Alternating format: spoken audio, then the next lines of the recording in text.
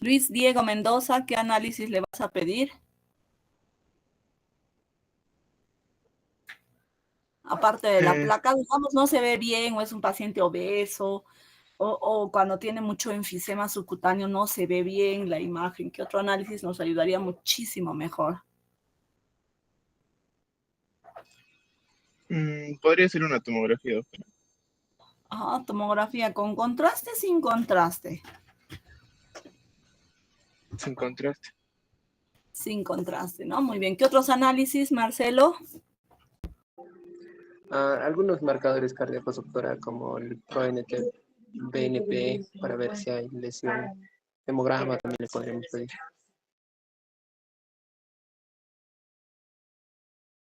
Muy bien, sí que Esmeralda.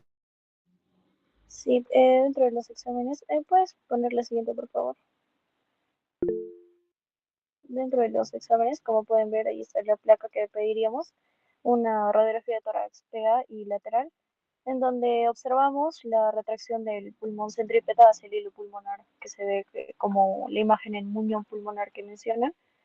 Y se observa, pues, ¿no? Como ya lo mencionaron, en la porción periférica del hemitórax derecho, en ausencia de vasos pulmonares.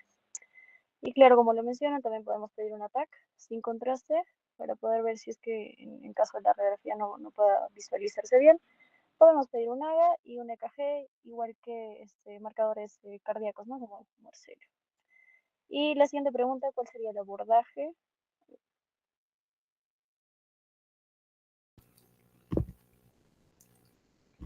Sofía Angélica, ¿cuál sería el abordaje si llega este paciente con un colapso pulmonar casi total, más del 90%? ¿Qué tratamiento le das a dar a este paciente?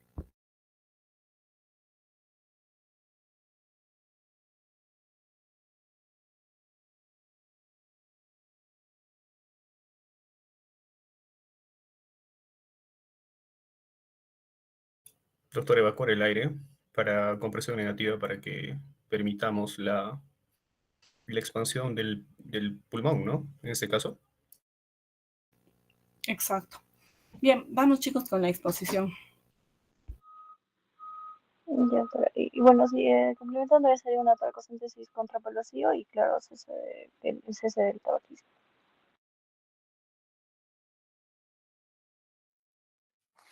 Ya, continuando con la exposición, vamos a hablar ahora sobre el neumotórax, ¿no? El neumotórax va a ocurrir, ¿no? Cuando entra el aire al espacio pleural, en un lugar que normalmente debía de estar vacío y con una presión negativa. Pero en ese caso, hay cuando esta presión negativa actúa como una ventosa que mantiene, ¿no? Expandido al pulmón. Y una vez cuando entra el aire, este pierde, ¿no? La presión negativa y el pulmón se despega de la pared torácica. Entonces el pulmón se colapsa parcial o completamente. Dentro de la epidemiología, que mayormente va a ser en los hombres jóvenes, especialmente altos y delgados, y es más frecuente, ¿no? El neumotórax espontáneo primario. También nos dice que en mayores de 55 años generalmente existe una enfermedad no pulmonar previa y esto va a ser una neumotórax espontáneo secundario. Siguiente. Hablando sobre los factores de riesgo, vamos a tener las ampollas subpleurales, también vamos a hablar sobre tabaquismo, también una predisposición genética y otros. Hablando sobre las ampollas subpleurales, va a haber un blex o pequeñas bolsas de aire justo bajo la pleura. Y cuando se rompe, ¿no? Y permite que el aire pase del pulmón al espacio pleural. Más comúnmente va a pasar en los hombres altos, como ya dijimos, delgados, entre la edad de 10 a 30 años. Hablando sobre el tabaquismo, que el cigarro no va a dañar las vías respiratorias y va a favorecer, ¿no? La formación de ampollas y esto va a provocar, ¿no? Una bronquiolitis y una inflamación crónica. Aumenta la probabilidad, ¿no? De que un bleque se rompa y el riesgo crece, ¿no? Proporcionalmente al número de cigarrillos fumados. Entonces, acá nos dice también que hasta 20 veces más riesgoso es en aquellos pacientes fumadores jóvenes. Y hablando sobre la predisposición genética, este va a ser en las condiciones hereditarias que alteran, ¿no?, el tejido pulmonar, que va a ser el Beer-Hobs-Duby. Este ocasiona un quiste pulmonares múltiples, y el déficit de alfa-1 antitripsina va a ocasionar una enfisema temprana. Y también nos indica que los trastornos autosómicos dominantes recesivos ligados al cromosoma X. Y dentro de los otros factores, va a haber cambios de presión atmosférica.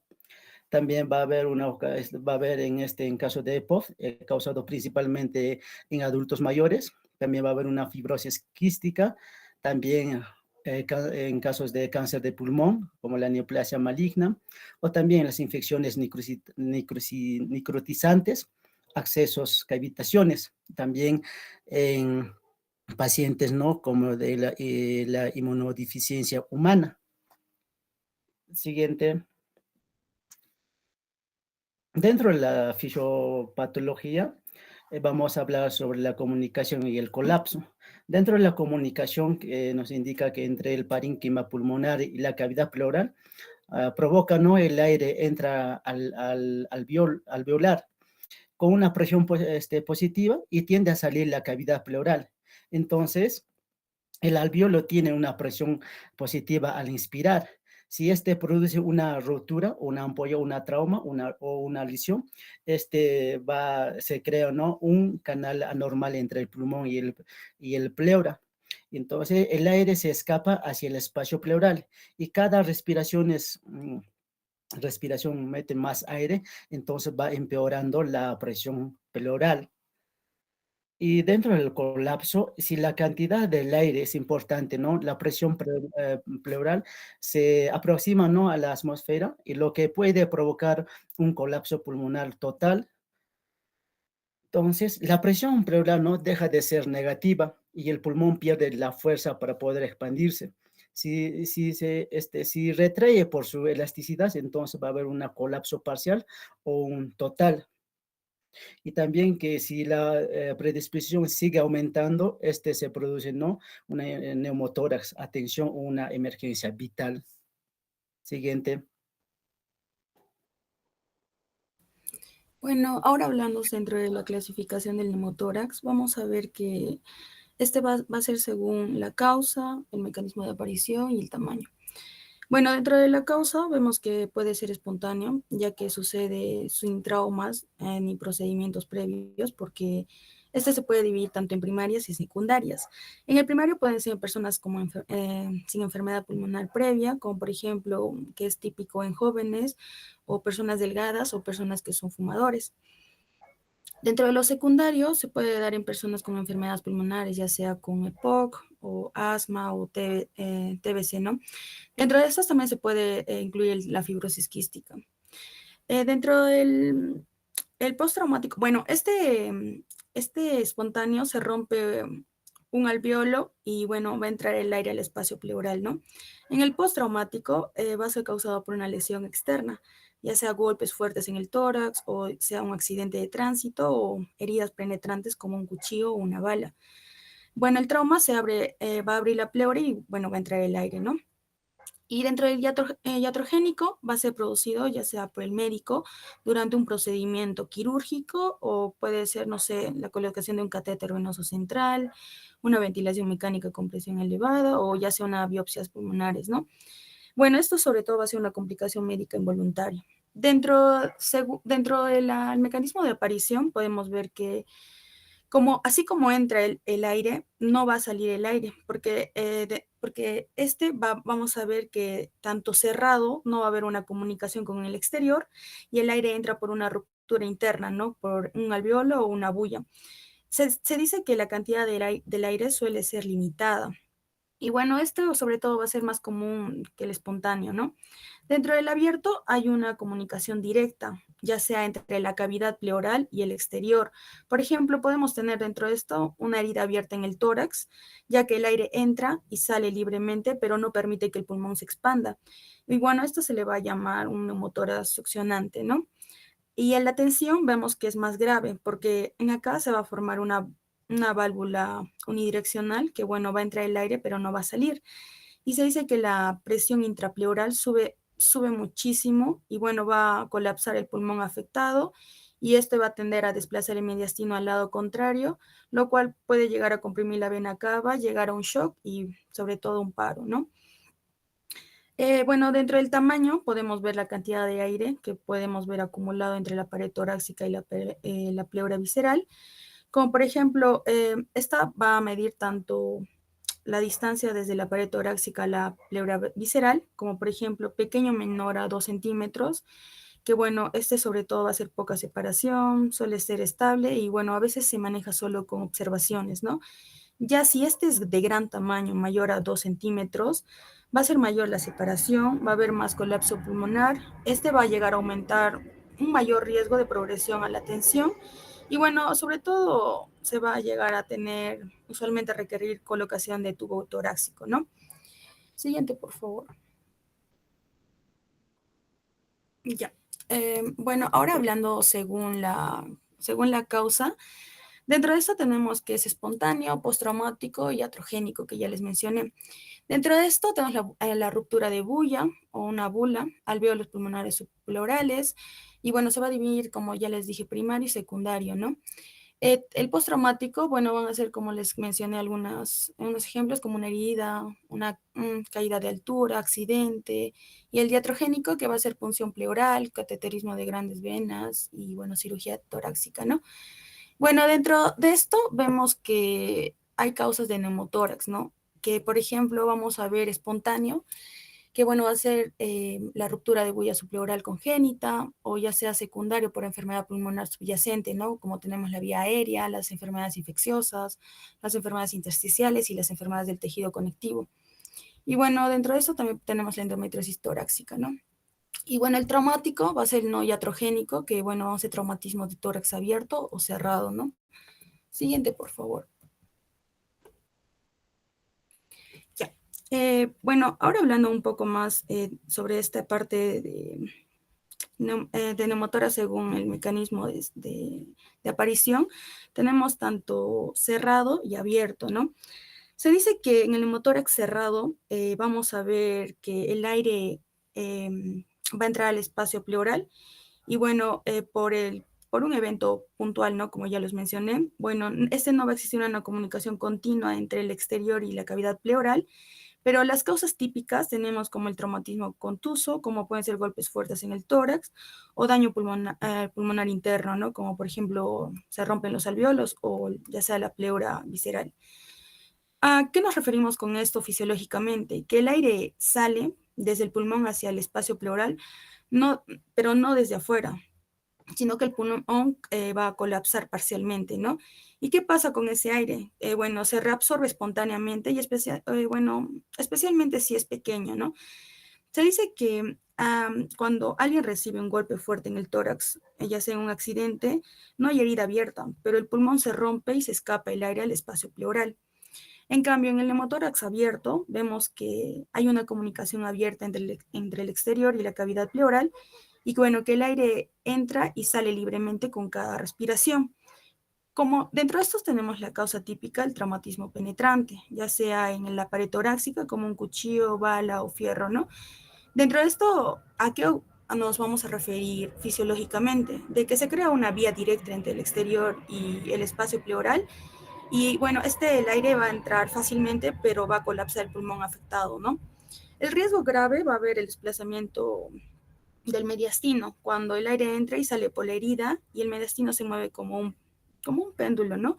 Y bueno, esto puede llegar a comprometer, no sé, un retorno venoso, un llenado cardíaco, una perfusión, ¿no? Y llegando a un paro cardíaco. Por ejemplo, una herida por arma blanca en el tórax que va a abrir el espacio pleural va a permitir que el aire entre y salga por una abertura. Entonces, como vemos en la imagen, a la izquierda el neumotórax está cerrado, que el aire entra desde el pulmón roto, y a la derecha tenemos el neumotórax abierto, que el aire entra desde la herida hacia la cavidad pleural. Siguiente, por favor. Bueno, ahora vamos a ver el neumotórax atención, que, bueno, va a ser la forma más peligrosa de neumotórax, porque sobre todo el aire entra, pero no puede salir, ¿no? Y esto va a generar un aumento progresivo de la presión en el espacio pleural, llegando a un colapso pulmonar, y bueno, este va a llegar a comprometer el mediastino y va a llegar a un paro, ¿no? Durante la inspiración, ¿qué va a ocurrir? El paciente inspira y el punto de entrada funciona como una válvula, lo que permite que el aire entre al espacio pleural, pero no permite su salida. En cada respiración que mete más aire el tórax, pero este no va a dejar, no va a llegar a salir el aire, ¿no? Y que durante la expiración, ¿qué va a ocurrir? El punto de entrada no permite la salida del aire atrapado, lo cual el aire queda retenido en la presión intrapleural, siguiendo un aumento, ¿no? Para que esta llega a tender a una presión, a no sé, una mayor presión, sobre todo intratorácica, ¿no? ¿A qué nos vamos a referir con este mecanismo? Que va a haber un aumento progresivo de la presión intrapleural y bueno, como esta presión va a estar dentro del tórax, va a aumentar constantemente, pero no se va a liberar con la expiración, ¿no? Siguiente, por favor. Dentro de la presentación clínica tenemos el dolor torácico pleurítico, como por ejemplo la tos, la disnea, que sobre todo es en mayores de edad. Y bueno, dentro de la auscultación vamos a tener la disminución del murmullo pulmonar del lado afectado, y como también tenemos los enfisemas subcutáneos y los neumomediastinos, ¿no? Siguiente, por favor.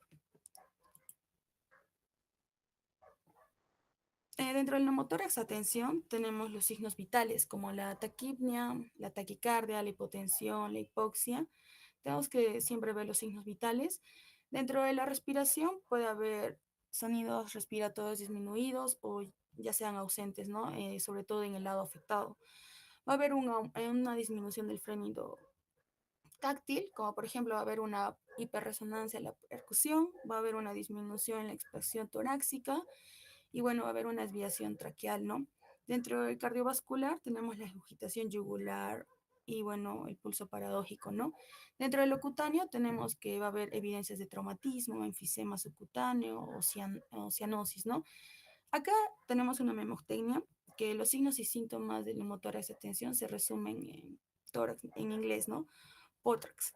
Que bueno, tenemos dolor pleurítico, que es la P, la T, que es la desviación traqueal, la H, que es la hiperresonancia, la O, que es inicio súbito, la R, que son ruidos respiratorios disminuidos, la A, que va a ser ausencia de frénito, y la X, que bueno, siempre todo vamos a tener una radiografía de muestra un colapso, ¿no? Siguiente, por favor. Ya, el diagnóstico de neumotórax lo vamos a hacer en base a la historia clínica, el examen físico y la imagenología. La clínica va a depender del tamaño del neumotórax, ¿no? Puede ser asintomático si es un neumotórax pequeño. La disnea puede variar de leve a severa y se va a acompañar de un dolor súbito de tipo pleurítico del lado afectado. En la historia clínica podemos ver los antecedentes o factores de riesgo como sea un trauma, o sea el sexo masculino, entre 20 y 40 años, que sea fumador o el hábito longilíneo. En el examen físico, la triada que le hemos mencionado, abolición de vibración vocal, de murmullo vesicular y timpanismo de la percusión. Y en la imagenología podemos ver lo siguiente. Siguiente, por favor. Vamos a poder ver que se ve una línea blanca de pleura visceral que define entre esa pleura visceral y el aire pleural. También vemos que la trama broncovascular no es visible más allá del borde pleural y los pacientes con traumatismo pueden tener un hemotórax concomitante. Asimismo, vamos a ver el desplazamiento del mediastino hacia el lado contralateral con desviación de la tráquea hacia el lado contralateral y aplanamiento o descenso del hemidiafragma ipsilateral. Y se va a poder ver como las costillas como que se separan. Siguiente, por favor. Aquí podemos ver esa línea que va a definir entre la pleura visceral y el aire en la primera imagen. Y en la segunda imagen podemos ver la hiperclaridad con ausencia de trama vascular y visualizamos el borde del pulmón que se ve como la imagen de pulmón o muñón. Siguiente, por favor. Bueno, vamos a pedir una tomografía computarizada para cuando hay casos complejos y tenemos dudas. Bueno, se va a pedir cuando haya una duda diagnóstica o cuando es difícil diferenciar entre un neumotórax y una enfermedad bullosa, que como sabemos puede ser burbujas de aire dentro del tejido pulmonar que parecen un neumotórax, pero no lo van a hacer. Así también cuando se sospeche la colocación anómala de un tubo torácico o cuando resulte difícil interpretar la radiografía simple que ya explicaron nuestras compañeras, por la existencia de posiblemente un enfisema subcutáneo, y también para planificar la intervención quirúrgica. Para hacer la cuantificación radiológica del neumotórax espontáneo vamos a tener diferentes formas. Una de estas va a ser el índice de Ley, que va a ser una fórmula matemática para calcular el porcentaje de pulmón colapsado, que básicamente va a ser 100 menos bueno, claro, la diferencia entre el diámetro del pulmón al cubo sobre el diámetro del hemitórax al cubo por 100. Y este nos va a comparar el volumen del pulmón colapsado con el volumen total de la caja torácica. También podemos hacer el estudio de la distancia interpleural media, el cual eh, básicamente vamos a medir el espacio interpleural entre el área del pulmón colapsado y la pared torácica interna. Y se va a medir en 3 puntos, que es el ápice, la mitad del tórax y la base. Y estos tres valores se van a tener que promediar para saber qué tan colapsado es el pulmón. También vamos a tener una medida que es de las guías de la British Thoracic Society, que van a medir el espacio interpleural a nivel iliar, que si es que este es menor de 2 centímetros, se va a determinar como uno pequeño, y si es mayor o igual a 2 centímetros, como uno grande. Y la distancia vértice-cúpula, que se mide desde el vértice del pulmón hasta la pared torácica, que menos de 3 centímetros es pequeño y más de 3 centímetros o igual a 3 centímetros es grande. Al igual vamos a tener la clasificación visual, que es los criterios de CEPAR, eh, que básicamente va a describir qué tanto se ha separado de la pleura del pulmón. Y vamos a tener una parcial si es que la separación de la pleura visceral ocupa una parte de la cavidad pleural, siendo la más frecuente la apical. Una completa, que cuando es la separación entre la pleura visceral y la parietal se produce a lo largo de la cavidad pleural, pero sin llegar al colapso total del pulmón. Y una total si hay un colapso pulmonar con formación uniforme de un muñón, que ya lo estaban mencionando las compañeras.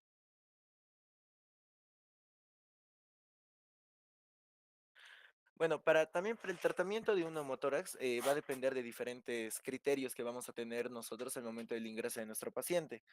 Vamos a ver en primer lugar la estabilidad clínica de nuestro paciente, el tamaño del neumotórax, el tipo, si este es primario, secundario, traumático o atención, y los objetivos del tratamiento va a ser aliviar los síntomas, reexpandir el pulmón y prevenir recurrencias. Bueno, en primer lugar vamos a determinar la hemodinamia del paciente. Un paciente estable se va a determinar con los siguientes parámetros, que es una frecuencia respiratoria de 24 menor a 24 respiraciones por minuto, y una frecuencia cardíaca entre 60 y 120 latidos por minuto. Y la presión arterial debe estar dentro de los valores normales, la saturación mayor a 90, y el paciente va a poder formar oraciones completas. Y a lo que lo vamos a determinar un paciente inestable va a ser cuando la frecuencia respiratoria va a estar mayor a 24, la frecuencia cardíaca puede estar eh, taquicárdico o bradicárdico, la presión arterial va a estar baja, va a estar hipotenso, su saturación es menor a 90 y va a tener dificultad para hablar. Y bueno, acá varias guías dicen que para un paciente inestable, algunos mencionan que siempre tienen que estar presentes los signos clínicos de neumotórax atención, que ya son los que explicó mi compañera hace un rato: el dolor pleurítico, la desviación traqueal, la hiperresonancia, etcétera. Pero otras guías mencionan que no nos deberíamos arriesgar a que estos signos clínicos de neumotórax atención aparezcan para catalogarlo como atención y quizás drenarlo, ¿verdad? Ya que podría estar en una fase inicial y no nos tendríamos que arriesgar a que nuestro paciente llegue a una neumotórax de atención para recién atenderlo como tal, ¿no? Bueno, como les decía, el neumotórax atención va a ser una emergencia en el cual se le va a tener que dar oxígeno suplementario y se le va a tener que hacer en primera instancia una descompresión con una aguja inmediata. Y se va a insertar una aguja de 14 de tamaño 14 a 16 a través de la pared torácica en el segundo o tercer espacio intercostal en la línea medio clavicular. Porque esta acción básicamente va a ser la que le va a salvar la vida y esta aguja va a liberar inmediatamente esa presión que está teniendo intratorácicamente, permitiendo que el corazón vuelva a llenarse y a latir correctamente y que nuestro paciente se estabilice. Después de esto vamos a hacer un drenaje pleural que se va a insertar un catéter en la pared torácica entre el cuarto o quinto espacio intercostal en la línea axilar media, ya que ese va a ser el tratamiento definitivo, entre comillas, para evacuar todo el aire de forma continua y permitir que el pulmón se expanda correctamente y sane, ¿verdad? Y recordar que este tubo, este drenaje que se va a hacer tiene que ser con una trampa de vacío, ¿no? Como ya mencionaba mi compañera al inicio de la exposición. Y después de esto se le tiene que hacer un monitoreo continuo de las funciones vitales, ya que va a ser esencial vigilar la frecuencia cardíaca, su presión arterial y la saturación de oxígeno para confirmar que el paciente se está estabilizando correctamente después de nuestra descompresión y que el tubo de tórax es permeable y está funcionando correctamente, evacuando todo el aire que tiene intratorácicamente. Después vamos a tener el neumotórax espontáneo. Este se va a catalogar, o bueno, el manejo se va a catalogar respecto a si es pequeño y es asintomático. Si es pequeño y grande. Si es pequeño y asintomático, lo que vamos a hacer es ponerlo en observación a nuestro paciente, darle oxígeno y hacerle radiografías para monitorar su evolución y se le puede dar un alta con seguimiento ambulatorio. Además, recordar que por día nuestro paciente, el aire que está, o bueno, que está generando el neumotórax, va a ser drenado de 50 a 70 ml por día. Y también vamos a tener un manejo si este es grande o mayor a 2 centímetros o es sintomático también. Ahí se le tendría que hacer la aspiración por catéter o jeringa en un primer intento, ya que en lugar de hospitalizarlo con un tubo torácico, se puede intentar este procedimiento que es menos invasivo y vamos a intentar sacar todo el aire manualmente con una jeringa para reexpandir el pulmón rápidamente. Si tiene éxito, el paciente puede evitar un drenaje pleural, que es básicamente ponerle un tubo, ¿no? Y si es que no, bueno, en el primer intento no lo podemos aspirar con una aguja o la jeringa, ahí sí le vamos a tener que hacer el drenaje pleural, como yo lo había indicado, en el mismo espacio, cuarto o quinto espacio intercostal en línea media axilar. Y si es recurrente o bilateral o persistente, va a ser indicativo para una cirugía, ya que si este vuelve a aparecer o ocurre en ambos lados o la fuga de aire no para y sigue persistiendo, el riesgo de futuros episodios es muy alto y se necesita un tratamiento definitivo, que es la cirugía, para prevenir esas recurrencias. Bueno, después vamos a tener un manejo para el neumotórax espontáneo secundario, que también se va a clasificar de dos formas, uno que es pequeño o uno que es grande. O sintomático. En el pequeño se le va a dar un oxígeno suplementario, hospitalizar a nuestro paciente y buscar la causa de por qué está haciendo ese neumotórax. Por una infección respiratoria, quizás que ha perforado, o bulas, etcétera, o lo más frecuente que es el EPOC. eh, y si es grande o mayor a 1 centímetro o sintomático, se le va a tener que hacer un drenaje pleural directo. Y si la fuga persiste o sigue sin reexpandirse, después de 2 días significa que la lesión en el pulmón no está sanando sola y probablemente necesite una reparación quirúrgica. Y si el paciente no es candidato quirúrgico, tenemos dos opciones, que es hacer una pleuródesis química, que se introduce una sustancia como el talco en el espacio pleural para crear una inflamación y se puede decir pegar el pulmón a la pared torácica, evitando que se colapse. Y la válvula de Heimlich, que es una válvula unidireccional portátil que se conecta a un tubo de tórax que va a permitir que el aire salga pero no entre, facilitando el manejo ambulatorio, ya puede ser en su casa o en cualquier lugar, de una fuga de aire persistente. Y por último, vamos a tener los tratamientos definitivos, que son las cirugías. Y las indicaciones de estas van a ser la recurrencia de un neumotórax espontáneo primaria, ya que después de un segundo episodio de una primaria, la probabilidad de un tercero es más del 50% y la cirugía se va a volver necesaria para prevenir este. También otra indicación va a ser la primera aparición de un neumotórax espontáneo secundario, ya que dado que los pacientes con los neumotórax espontáneos secundarios tienen una enfermedad de base y cada episodio es peligroso, se recomienda un tratamiento definitivo desde la primera vez. Y por último, la última indicación va a ser un neumotórax que no responde a la colocación de un drenaje pleural. ¿Por qué? Ya que esto va a indicar una fuga de aire persistente que el drenaje por sí solo no va a poder solucionar y se va a necesitar una cirugía para encontrar y reparar el agujero o por donde esté saliendo el aire en el pulmón. Y las opciones de tratamiento que vamos a tener va a ser la pleuródesis con abrasión pleural mecánica o talgo, como les decía, para sellar el espacio pleural y el cierre de las vesículas o bullas, como puede ser en el EPOC, que esta va a ser la parte clave en esta enfermedad, ya que el cirujano va a identificar las burbujas o ampollas o bulas que están en el pulmón o que básicamente se rompieron y las va a agrapar o extirpar para eliminar la causa del neumotórax. Y por último vamos a tener la pleurodesis química, que básicamente va a constar de inyecciones intrapleurales de talco tetraciclina que va a realizar a través del tubo torácico ya colocado y en pacientes que no son candidatos a la cirugía. Y por último, vamos a tener las complicaciones de los neumotoras espontáneos, que en primer lugar va a ser una insuficiencia respiratoria, un paro cardíaco, un neumomediastino, un neumoperitoneo, el edema pulmonar por reexpansión, ya que va a tener mayor riesgo si el pulmón está colapsado por mucho tiempo, y las complicaciones del procedimiento, que puede ser la infección, la formación de fístulas y fugas de aire, y el daño del nervio intercostal y la hemorragia. Eso sería todo por la exposición. Muchas gracias. Muy bien, gracias al grupo expositor. ¿Alguna pregunta de los compañeros? A ver, despertando, chicos, ¿alguna pregunta? Aprovechen las clases, chicos, porque ya llega nuestro examen. Recuerden entonces, los factores de riesgo son muy importantes. La clínica de neumotórax, el paciente dice, doctora, yo cargué peso y empecé a tener dolor. Hace una semana, no importa, y ha sido progresiva la disnea y he llegado.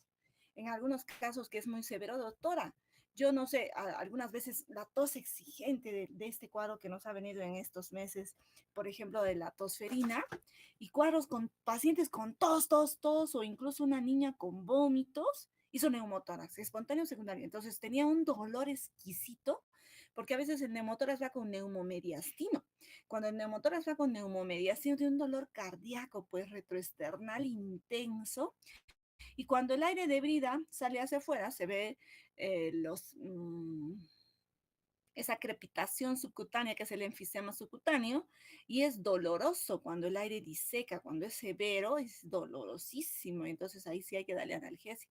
En algunos casos, que bien ya lo dijeron sus compañeros, puede llevar a la muerte cuando es neumotórax a tensión, empiezan los síntomas vagales, el paciente tiene síncope, desvanecimiento y luego le lleva a la muerte. Entonces es muy importante el factor de riesgo. La conducta. Yo siempre les recomiendo, nuestro primer estudio va a ser siempre la radiografía. Lo tenemos al paciente ya con una historia media abigarrada, con algún factor de riesgo, fumador, háganle una radiografía de tórax que no es caro. Empecemos el estudio de la función, el estudio de la vía respiratoria, primero con la estructura. Si descartamos que es estructural cualquier enfermedad, ya podemos ir al estudio fisiológico de las enfermedades, pero no se olviden ustedes, cuando sean médicos, siempre una plaquita de tórax es muy importante. ¿Cuántas veces no nos hemos equivocado en el diagnóstico por no pedir radiografías a tiempo? Luego estratifiquen bien su cantidad, qué tamaño tiene el neumotórax, ya lo ha mencionado Cristian, ustedes tienen que valorar. Si el paciente va a pasar a observación, lo vamos a mandar a su casa o le vamos a poner un drenaje de tórax o vamos a hacer una toracentesis evacuatoria si es que no es mucho. Y sobre todo la recurrencia de los neumotórax, la conducta cambia, si es segundo neumotórax, si es paciente con fibrosis pulmonar, si es con enfisemas, un pulmón fibrobuloso, etcétera. Bien, ¿alguna pregunta, chicos? ¿Sí, Marcelo? Sí, doctora, yo tenía una consulta. Con respecto a las causas de bullas subpleurales, aparte del tabaquismo, ¿hay otras causas que nos podrían generar estas bullas y por ende neumotórax?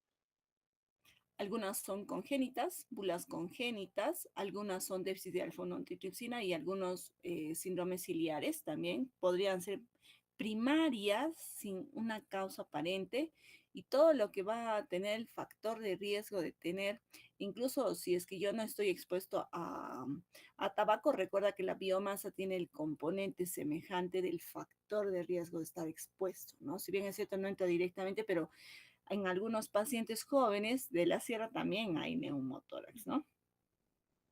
Bien, ¿alguna otra pregunta?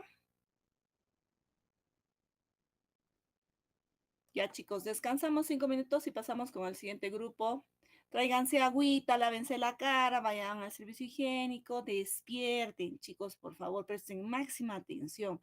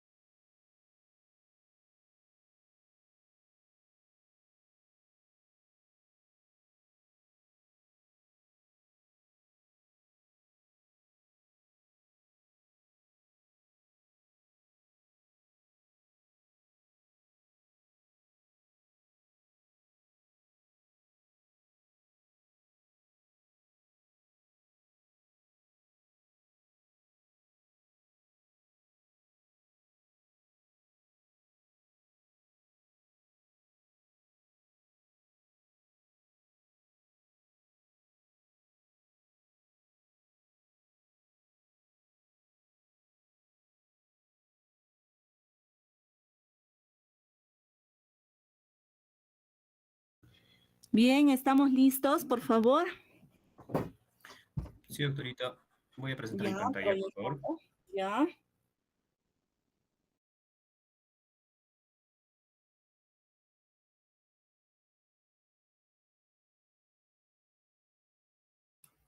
¿Se ve mi pantalla? Sí. Gracias.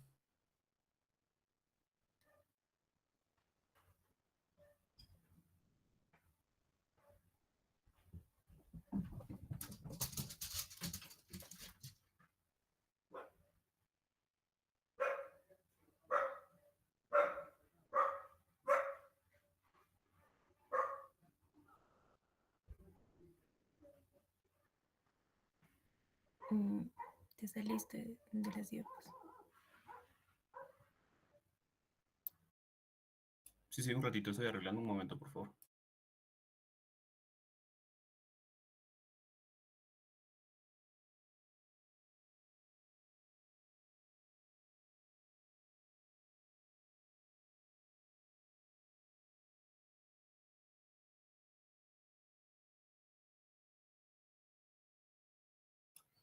Listo. Doctora, buenas noches, compañeros todos. Nosotros vamos a exponer el tema de motórax.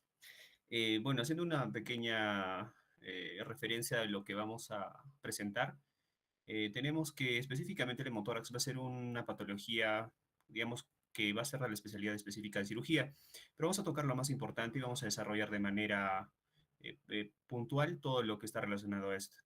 Ahora, primero vamos a desarrollar la parte conceptual y al final les vamos a presentar un caso clínico para que haya mejor entendimiento y concordancia respecto a las respuestas. Muchas gracias. Doctora, buenas noches, compañeros, buenas noches. Vamos a empezar con lo que es la parte de la definición, la epidemiología, la etiología, entre otros. Bueno, en lo que es la parte del hemotórax, nosotros debemos saber que esta va a ser la acumulación de sangre en lo que es la cavidad pleural, que bueno, lo vamos a confirmar cuando el hematocrito del líquido pleural es mayor al 50% del hematocrito periférico. Fisiopatológicamente, pues este va a ocurrir en sí por la ruptura de los vasos torácicos, generalmente puede por las arterias, venas intercostales. ¿Qué va a pasar aquí? Va a permitir que la sangre ingrese libremente a lo que es la pleura, que es un espacio con presión negativa, y que este no va a poder taponear, ¿no? En lo que es el sangrado. Entonces, la sangre acumulada va a comprimir lo que es progresivamente el pulmón y va a causar un colapso y una disminución de lo que es la ventilación. Y si este sangrado es abundante, el paciente va a desarrollar lo que es la hipovolemia y el shock. Entonces, con el tiempo, la sangre puede coagularse y organizarse generando complicaciones, ¿no? Como hemotoras, retenido, empiema o lo que es el fibrotórax, que más adelante lo van a mencionar. Ahora, en lo que es la parte, tenemos que tener en cuenta lo que es el derrame sanguinolento, puesto que este también va a ser una presencia de líquido de aspecto hemático en lo que es la cavidad pleural, pero a la diferencia de lo que es el hemotórax, pues este es un líquido específicamente hemático, no tan condensado como lo que es la parte sanguínea. En este caso ya también la referencia o la diferencia que se va a hacerse es que el hematocrito del líquido pleural va a ser menor al 50% en lo que es y en el hematocrito periférico. Ahora, según la epidemiología, en la epidemiología, pues la causa más frecuente va a ser el trauma torácico, ya sea cerrado, penetrante, y tenemos que tener que, o entrever que esto es muy importante, ¿no? Es que en los adultos mayores van a tener, a veces van a presentar fracturas costales múltiples, entonces el hemotórax puede aparecer de manera tardía y eso va a durar, o sea, puede aparecer en semanas, días, y incluso semanas en las cuales este evento puede tener un mal pronóstico. Siguiente, por favor. Bueno, en cuanto a lo que es la etiología, lo vamos a dividir en lo que es traumático, no traumático y espontáneo. Pero esas lesiones, bueno, lo más importante que debemos saber de esas lesiones es que el traumático va a ser la causa más frecuente, en la cual va a estar incluido el trauma torácico cerrado y el trauma penetrante. En el trauma penetrante, pues va a darse por lo que son las armas blancas, las heridas por proyectil, algunas complicaciones iatrogénicas, como por ejemplo la colocación de las vías centrales, la toracocentesis y la biopsia. Y en lo que es el trauma cerrado, los accidentes de tránsito, las caídas frecuentes, en esto va a darse más en los adultos mayores, y golpes directos en lo que es en el tórax. Y en sí, el 80 al 90% de los casos del hemotórax van a ser siempre consecuencias directas del trauma que va a requerir una evaluación inmediata. Ya también en lo que es no traumático y en lo que son la parte espontánea lo vamos a ver como las causas vasculares, las coagulopatías, las neoplasias y las misceláneas, ¿no?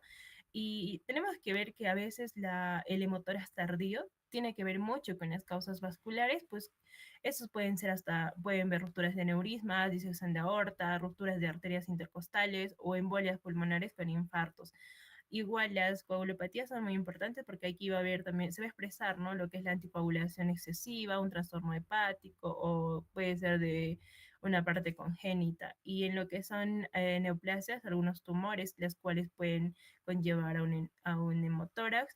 Y en las misceláneas, la endometriosis torácica, la hematopoiesis extramedular o lo que es la parte de exocitosis.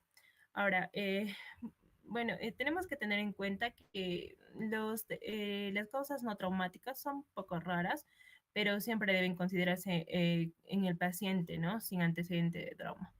Siguiente. Continuando con la clasificación de la parte, bueno, de la patología del hemotórax, vamos a tener la parte radiológica donde se divide en 3 grados. Como podemos ver en la imagen de la derecha, podemos observar que el grado 1 hace referencia a que en este caso en la radiografía de tórax puede ver, digamos, la anomalía va a estar debajo del cuarto o la hiperdensidad debajo del cuarto arco costal anterior. El segundo va a estar dado entre el segundo y el cuarto costal, arco costal anterior, y el grado 3 está por encima del segundo arco costal. Es una clasificación, en este caso, de medicina legal, referenciado justamente por el doctor B. Ábalos. Luego tenemos según el volumen. Como ya hemos mencionado, se parece un poco, hace referencia también a lo que hemos visto probablemente al neumotórax, pero en este caso va a ser obviamente por el volumen sanguíneo, donde vamos a tener mínimo pequeño que va a ser de 350 menor a 350 mililitros, el moderado de 350, de 350 a 1500 mililitros y el masivo mayor a 1500 mililitros o un tercio del volumen del hemitórax. Dentro de esto vamos a poder también mencionar el otro que es el retenido, que va a estar dada de 200 mililitros por hora, haciendo un seguimiento de 2 a 4 horas. Según la bibliografía que menciona, por ejemplo, el ATLS o el de Moore-Nixton, el libro de trauma, nos explica un poco que, bueno, en este caso, que todos los volúmenes sanguíneos sean mínimos, moderados, masivos, van a tener que ser drenados justamente por posibles complicaciones posteriores, como ya lo van a hablar más adelante, pero también hace referencia justamente, ¿no? Unas complicaciones, por ejemplo, los coágulos que se van a formar o la fibrosis referente a los coágulos posteriores y también al empiema que podría también formar específicamente la sangre que se está juntando, acumulando en este lado. Justamente el caso clínico también va a ser una referencia respecto a esto. Como habíamos mencionado, los grados o la clasificación mencionada previa van a estar más, digamos, sacados de bibliografía quirúrgica, ¿no? Donde prácticamente, según la etiología, vamos a ver más adelante la sintomatología, como por ejemplo tenemos aquí las manifestaciones clínicas. Los síntomas generales, dentro de estos vemos la disnea, ansiedad o inquietud, dolor torácico tipo pleurítico, taquicardia, hipotensión arterial, si nos damos cuenta más o menos, son signos específicos del shock, ¿no? El shock hipovolémico, que también lo vamos a mencionar y vamos a explicar en esta misma diapositiva. Y dentro del examen físico, que es muy importante, en el tema de IPA, inspección, donde va a haber una disminución de la expansibilidad torácica del lado afectado referente al trauma, o bueno, en este caso. Luego tenemos la palpación, donde va a haber una disminución de las vibraciones vocales. la percusión, donde va a haber una matidez específica del lado afectado, y la auscultación con la disminución o ausencia de los ruidos ideos por la interposición de líquido, en este caso de sangre, ¿no? Que es muy importante recordar. Luego, según el mecanismo de trauma y el tipo de sangrado, vamos a tener los síntomas con pacientes con baja presión y alta presión. Dentro de los de baja presión vamos a tener una lesión tipo venosa que va a ser, digamos, menor a la comparada, digamos, con un daño arterial. Dentro de la tipo venosa vamos a tener lesión pleural y parenquimal con vasos pequeños, donde en ese caso van a ser asintomáticos o se van a autolimitar. En cambio, los de alta presión, que son los de tener cuidado, vamos a tener que va a ser una lesión tipo arterial, donde va a haber una progresión de la capacidad de acumulación progresión de la capacidad una progresión de la acumulación de sangre por la capacidad del espacio pleural para hacer esto. Entonces vamos a tener pacientes sintomáticos, los cuales pueden llegar a un shock. Y según la etiología, respetando previamente lo mencionado, vamos a tener, por ejemplo, un hemotórax traumático agudo, donde vamos a tener, en este caso, los signos de shock, como tenemos la taquicardia, hipotensión, dolor torácico y ansiedad. Y en los hemotórax no traumáticos solo especifican, según la biología, Disney. Luego, en el hemotórax espontáneo, vamos a tener en este caso, la historia clínica, examen físico, donde vamos a tener los antecedentes, bueno, pueden ser, según la historia clínica, ¿no? Puede haber hemoptisis, epistaxis, hematuria, que van a hacer referencia justamente a la etiología de estos mismos, como referencia nada más. Otra cosa muy importante, según las manifestaciones clínicas, que vamos a ver también más adelante según el manejo, vamos a tener que ver que los hemotórax, por ejemplo, de alta presión, van a ser generalmente manejados por emergencia y donde vamos a tener que utilizar, digamos, en este caso, tubos de drenaje y la famosa toracotomía, toracoscopía, perdón, donde vamos a poder justamente ayudar en este caso según la magnitud del volumen ya mencionados previamente. Bueno, continuando, vamos a hablar ahora de los métodos de diagnóstico por imagen del hemotórax. Bueno, si bien es cierto, bueno, el hemotórax básicamente se va a diagnosticar por una alta sospecha clínica, también por los hallazgos del examen físico que ya se han mencionado, pero sobre todo con las técnicas de imagen que nos van a permitir confirmar, ¿no?, la presencia de sangre en la cavidad pleural. Entonces vamos a empezar a hablar de la radiografía. La radiografía en el hemotórax se va a manifestar como una opacidad homogénea que va a ocupar el hemitórax afectado. El hallazgo más característico va a ser el borramiento del ángulo costofrénico, pero pero es importante, ¿no?, saber que este signo solo va a aparecer cuando ya hay sangre, una cantidad de 300 a 500 cc de sangre, por lo, por lo que en la radiografía no se va a detectar hemotórax pequeños. Otros hallazgos que van a incluir va a ser la elevación del diafragma ipsilateral, y si hay colecciones grandes va a haber incluso desplazamiento del mediastino hacia el lado contrario. Sin embargo, en la radiografía va a haber limitaciones importantes que se deben mencionar. Va a tener una baja sensibilidad y especificidad, sobre todo en volúmenes pequeños, ¿no?, como ya se mencionó. Además, por otro lado, ya que va a producir una radioopacidad, se puede confundir con un derrame pleural u otras patologías. También, por otro lado, la calidad del estudio va a depender, la calidad de estudio se va a dar, se tiene que tomar en bipedestación y con una proyección anterior, ya que si se toma en decúbito supino, la sangre se puede distribuir hacia la parte posterior y se vuelve más difícil de visualizar. Siguiente diapositiva, por favor. El otro examen sería el ultrasonido, en este caso por un estudio de FAS, que va a ser una herramienta fundamental en traumas. Entonces, el EFAS va a ampliar el examen, incluyendo la evaluación de tórax, lo que va a permitir identificar el hemotórax y también neumotórax de manera rápida en emergencia. En el caso del hemotórax, el ultrasonido va a ser más sensible y más específico que la radiografía, ya que va a tener una sensibilidad del 67% y una especificidad del 99%. En cuanto a los hallazgos que vamos a poder encontrar, bueno, en el hemotórax va a aparecer un líquido anecoico o hipocoico en el espacio pleural. Además, se puede observar signos característicos como el pulmón colapsado flotando dentro del pulmón, conocido como el lung flapping o el signo de la vela. También puede visualizarse el desplazamiento dinámico del diafragma, lo cual va a confirmar que hay líquido rodeando al pulmón.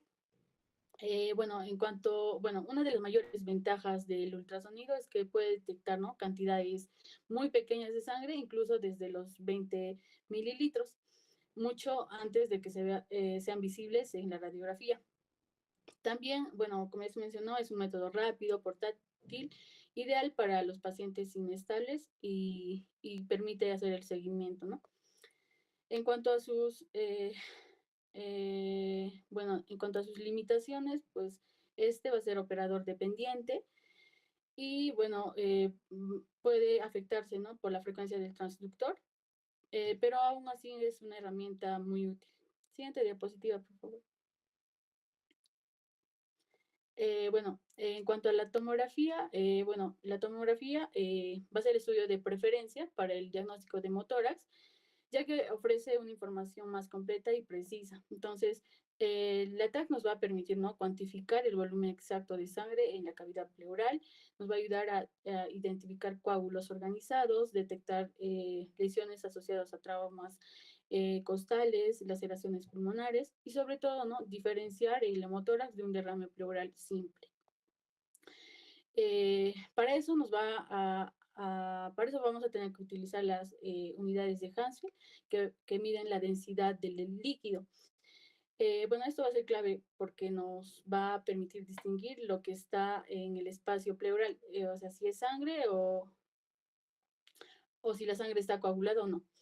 Bueno, entonces tenemos valores importantes como la sangre no coagulada, entonces este va a ser aproximadamente 40 unidades Hansfield, la sangre coagulada entre 50 y 90 y el derrame pleural simple, que prácticamente va a ser como el del agua, de 0 a 20 unidades Hansfield.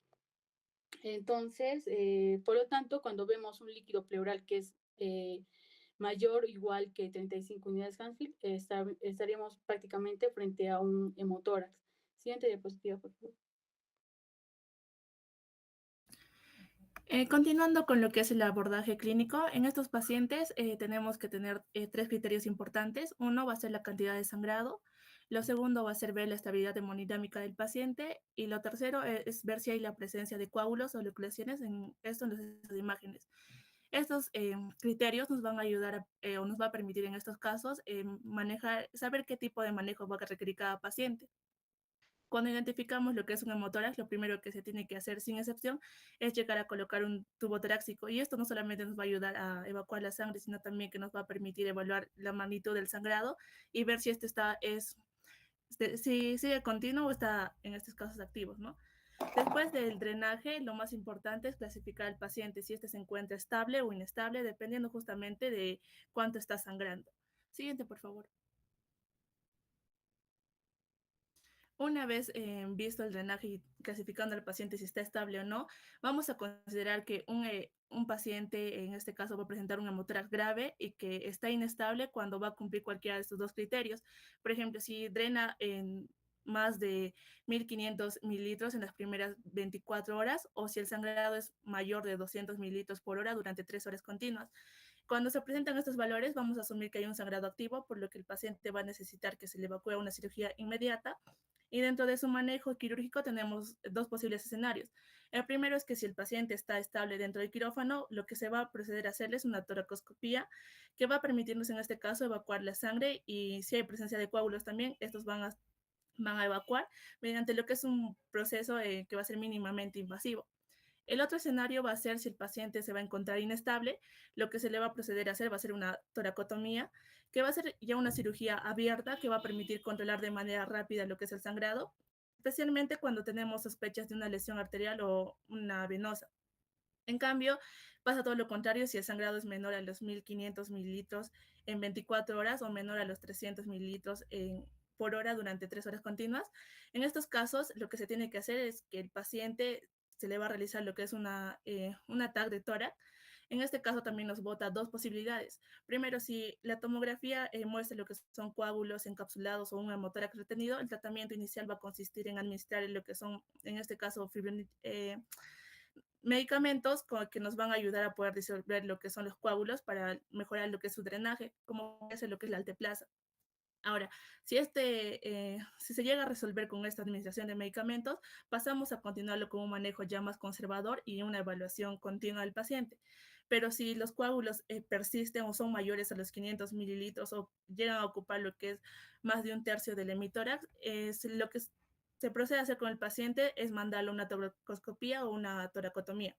Ahora, la otra posibilidad es si en la tomografía no aparece, no hay muestra de coágulos ni de localizaciones, vamos a continuar con un manejo ya conservador, porque el hemotórax se va a encontrar libre y va a tender a resolverse de manera únicamente por lo que es el drenaje. Siguiente, por favor. Bueno, en cuanto a lo que es el algoritmo terapéutico del hemotórax, es básicamente lo que les expliqué. En conclusión, en estos casos, lo que tenemos que buscar o para su manejo va a depender justamente de lo que es el sangrado y de la estabilidad del paciente. En los pacientes inestables o con alto riesgo a sangrado van a recurrir, se va a necesitar o va a ser necesario que se le haga una cirugía de manera inmediata, mientras que en los pacientes estables ya van a pasar por lo que es una tomografía y según esto va a depender, no sé, de presencia de coágulos o no, para decidirse si se le administra medicamentos o si se le pasa cirugía. El objetivo en este caso de nuestro abordaje es evitar complicaciones o que el paciente pueda hacer a la larga un hemotórax retenido o un empiema y lo que tenemos que buscar es asegurar que el pulmón pueda expandirse de manera adecuada. Siguiente, por favor. En cuanto a las complicaciones, vamos a tener dos, las tempranas y las tardías. Estas van a aparecer cuando la sangre acumulada en el espacio pleural no se llega a evacuar de manera adecuada o si hay un retraso en cuanto al manejo del paciente. En las tempranas, estas van a ocurrir en las primeras horas o en los primeros días del cuadro. Podemos tener que el paciente puede desarrollar lo que es un shock hipovolémico, que va a ser de las primeras y las más graves complicaciones que llega a presentar. Justamente se va a dar por el sangrado torácico que va a estar de manera abundante en el organismo y el paciente no puede mantener una perfusión adecuada. En estos casos, el paciente llega a cursar con lo que es una hipotensión, piel fría, sudoración y taquicardia. Y si no se llega a corregir de manera inmediata, puede llegar hasta la muerte del paciente. Otra complicación sería el colapso pulmonar, que en este caso justamente la sangre acumulada dentro del tórax va a llegar a ocupar un espacio y va a generar una compresión en el pulmón, lo cual va a impedir que este se pueda expandir de manera normal y genera en el paciente lo que es una dificultad respiratoria. En algunos casos puede haber hipoxemia y puede llegar a aumentar también lo que es el riesgo de neumonía justamente por una mala ventilación. Tenemos también lo que es un fallo del drenaje torácico, que este se puede obstruir por coágulos o por una mala posición del paciente. Cuando esto ocurre, la sangre no va a salir de manera adecuada, lo que va a hacer que el hemotórax en este caso quede retenido y pueda aumentar el riesgo de infección.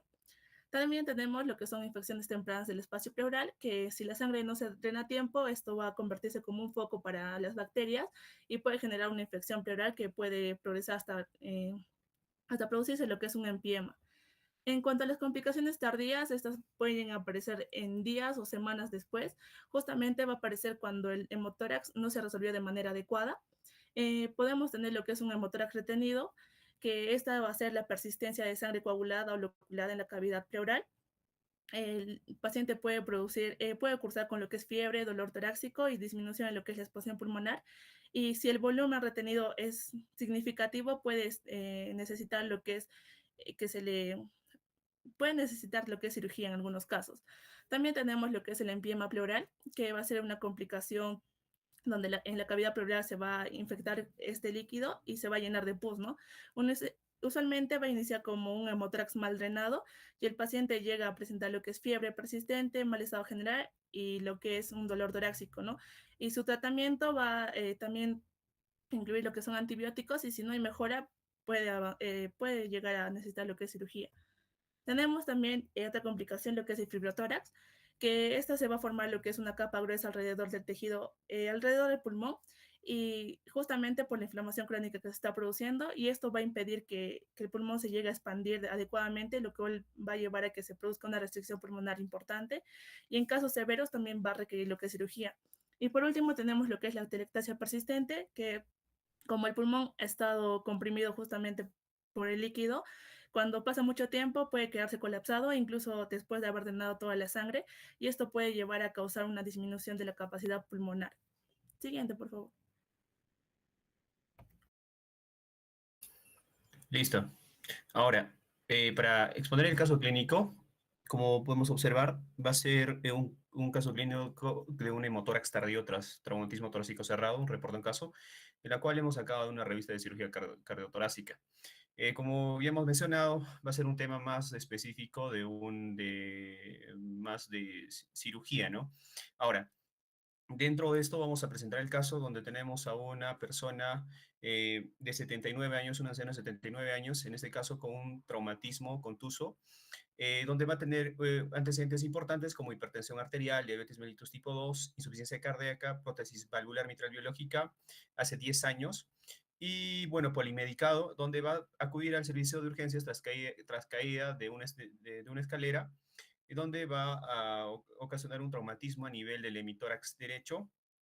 Así tenemos como primera evidencia de imagen lógica fracturas costales múltiples de la séptima a la doceava, donde va a haber un patrón específico de las fracturas, donde el paciente va a estar estable y en el drenaje le sacaron 1.200 mililitros de sangre con una buena expansión pulmonar posterior. Aquí podemos observar que el paciente evolucionó favorablemente y fue dado de alta el quinto día post-trauma. Luego, hubo una reagudización y reingreso a 11 días después del traumatismo. El paciente reingresó por disnea progresiva, sangrado por el sitio de la toracostomía, donde se realizó una tomografía computarizada 11 días después, donde a los 11 días se evidenció la tomografía, en la tomografía geográfica, un hemotórax coagulado sin signos de resangrado activo, como podemos observar aquí. Durante los días siguientes, el cuadro se complicó con insuficiencia renal aguda, shock mixto, requiriendo un ingreso a unidad de cuidados intensivos. Así, dentro ya internado, el día 29, se le realiza una videotoracoscopía, el VATS, con decorticación y extracción de coágulos, y aquí en esta videotoracoscopía se observan los coágulos y se identifica el sangrado activo que había. Posteriormente, el paciente presentó diversos episodios infecciosos, incluyendo neumonía, Klebsiella y Clostridium difficile. Luego vamos a poder, al día 58, dentro ya hospitalizado y todo, el paciente presentó hipotensión súbita, descenso significativo de la hemoglobina, donde aquí se le hace una tomografía de control y se evidencia, en este caso, una extravasación activa en el 10º espacio intercostal derecho compatible con sangrado arterial. El día 60 se realizó una segunda videotoracoscopía, identificando y ligándose la arteria intercostal que producía el sangrado activo, drenándose 2.500 mililitros de hemotórax. Veamos, o sea, bueno, es muy importante ver la cantidad de sangre que estamos drenando, porque vamos a ver un cuadro comparativo de la hemoglobina y el perfil específico del hemograma. Luego, a pesar del control quirúrgico del sangrado, el paciente continuó deteriorándose clínicamente, desarrollando shock séptico, refractario y falleciendo el día 102 en su evolución. Dentro del diagnóstico va a ser un hemotórax tardío masivo secundario a sangrado activo de la arteria intercostal a la derecha del 10º espacio, probablemente por una erosión o ruptura del pseudoaneurisma. Así, dentro de la evolución clínica vamos a poder observar el día 1 trauma más hemotórax inicial, el día 5 fue dado de alta, el día 11 reingresa, el día 15 aparece con un shock mixto y es hospitalizado en UCI, el día 29 se le hace la primera La primera, bueno, una decorticación, o sea, hacen una videotoracoscopía para ver específicamente el espacio pleural y podemos observar justamente que le sacan el coágulo. También voy a mostrar un videito cómo es el procedimiento del BATS, que es muy importante y muy interesante, y también un video de la colocación del tubo de drenaje. Luego, el día 58 hay una hipotensión, más caída de hemoglobina, como podemos observar aquí. El día 60, la ligadura de la arteria intercostal y empieza a subir, como podemos ver, la hemoglobina, manteniéndose así.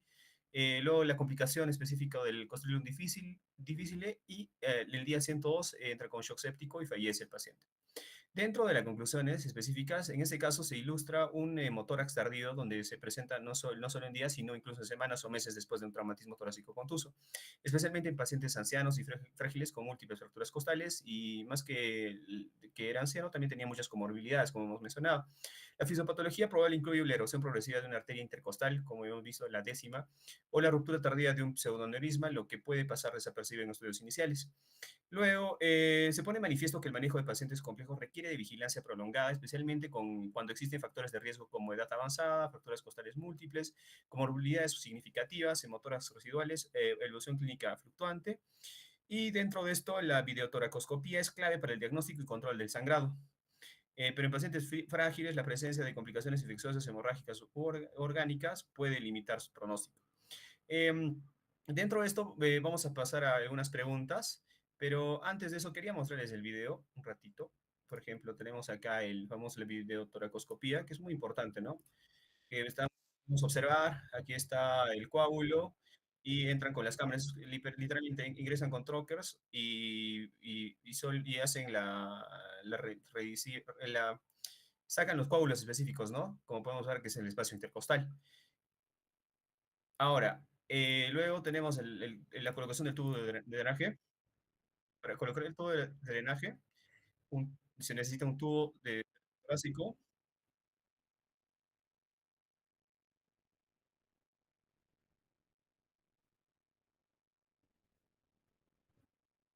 Las referencias es la mamila, el quinto espacio intercostal y la línea axilar media.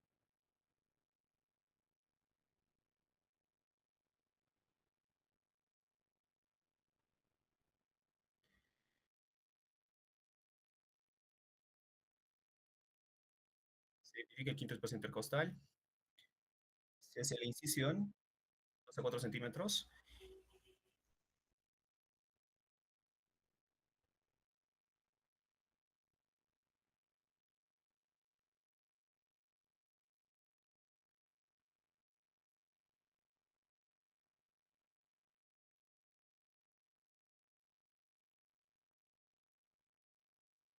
El borde superior de la costilla, ¿no? Es muy importante.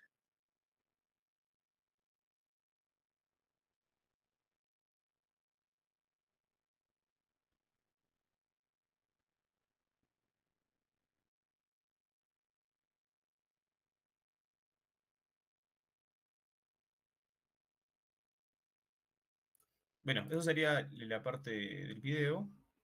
Y vamos a pasar a las preguntas, que es muy importante para no hacerla muy larga. Perdón.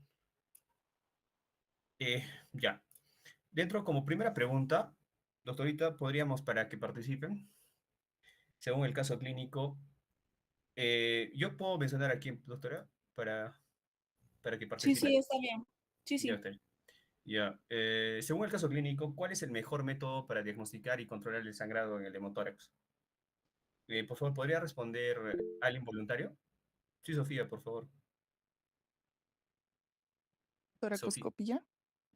Sí, la videotoracoscopía, ¿no? Que hemos mencionado, que es uno, que hemos visto el video también, justamente el procedimiento, que es muy importante, porque entramos directamente con una cámara y vemos específicamente el lugar de sangrado y lo que podríamos presentar y poder hacer el procedimiento, ¿no? De clipar o hacer el tema de evitar el sangrado activo específico. Eso sí, está bien, toracoscopía. Segunda pregunta. Según el caso, ¿cuánto drenaje inicial se obtuvo al colocar el tubo de tórax y cómo se encontraba el paciente en ese momento? ¿Algún voluntario, por favor? Marcelo. Marcelo creo que estaba levantando la mano. Marcelo, Paola, cualquiera de los dos, por favor. Tenía 1200 y estaba estable. Uy, estable, no. Sí, estaba estable, ajá, exacto, estaba estable. Y como vimos, era un paciente anciano con muchas comorbilidades que dentro del transcurso, la evolución de la enfermedad se complicó, ¿no? Específicamente con infecciones, úlceras sacras también que eran muy importantes y justamente por todas las comorbilidades y por la edad y por la fragilidad, hizo, bueno, todo el procedimiento y falleció, ¿no? Toda la evolución y falleció.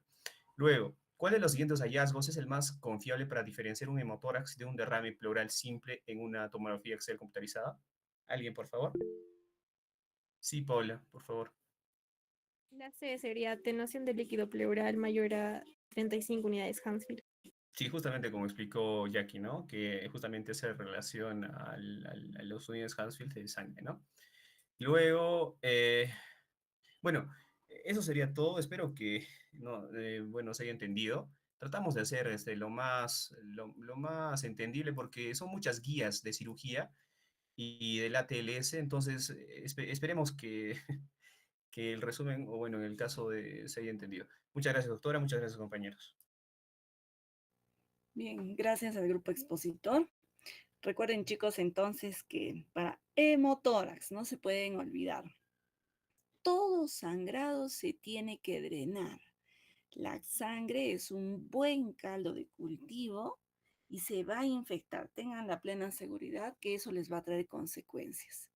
Cuando nosotros tenemos fracturas costales, el paciente tiene que estar en reposo absoluto siquiera unos 10 días y luego reposo relativo un par de semanas más, porque pasa que les damos de alta y el paciente se levanta, se echa, se sienta y se pone inestable la costilla y basta una astillita o una angulación de la costilla que puede, varias veces los drenamos a los pacientes, se van a su casa y regresan o con hemotórax o hemoneumotórax o hemotórax solo, ¿no? Entonces ahí es muy importante el seguimiento posterior y siempre con cobertura antibiótica, porque la sangre es un buen caldo de cultivo, entonces no podemos permitir que los pacientes se vayan y hagan un proceso infeccioso porque no le dimos pues seguramente soporte al paciente, ¿no? O buen reposo también. Luego no se olviden de la clasificación, que ya lo dijeron, es muy diferente tratar al paciente que tiene hemotórax inestable que el paciente que tiene un hemotórax estable. Si el paciente está inestable, tienen que entrar a sala porque algo lo está inestabilizando, es un sangrado masivo, se va a descompensar progresivamente en el tiempo. Si no vamos a tener un buen monitoreo todo el día, el paciente puede llegar a la falla, ¿no? Multisistémica. Los factores de riesgo son muy importantes, la medicación concomitante que toma, si es un hemotórax espontáneo, por ejemplo, tenemos hemotórax espontáneo secundario a colagenopatías, infartos, alteraciones vasculares y hay algunos casos que un pequeño 3 a 5% de los hemotórax no tienen causa. Le hacemos todos los estudios y no tenemos la causa, ¿no? Entonces hay algún grupo pequeñísimo, pero estos pacientes también tienen que ser drenados, estudiados, sobre todo si son jóvenes y no tienen antecedente traumático. Diferente es cuando es traumático, ya nos queda clara la idea, ¿no? Ahí sí los tenemos que estratificar si es inestable o estable y cuando es espontáneo secundario a, échense a buscar la causa del secundarismo, ¿no? Muy bien. ¿Alguna pregunta de los alumnos? Chicos, entonces nos vemos el martes. Yo voy a avanzar los dos temas siguientes y vamos a terminar de hacer la parte de insuficiencia respiratoria que nos ha faltado el día que hemos expuesto. ¿Alguien quiere hacer un comentario?